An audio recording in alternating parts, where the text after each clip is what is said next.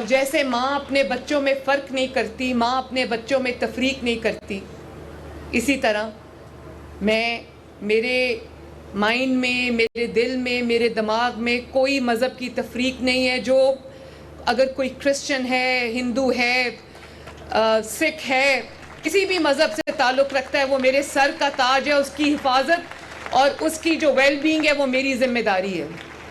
मैं आपकी वज़ीर आला हूँ और आपके लिए दिन रात मैं काम करती हूँ।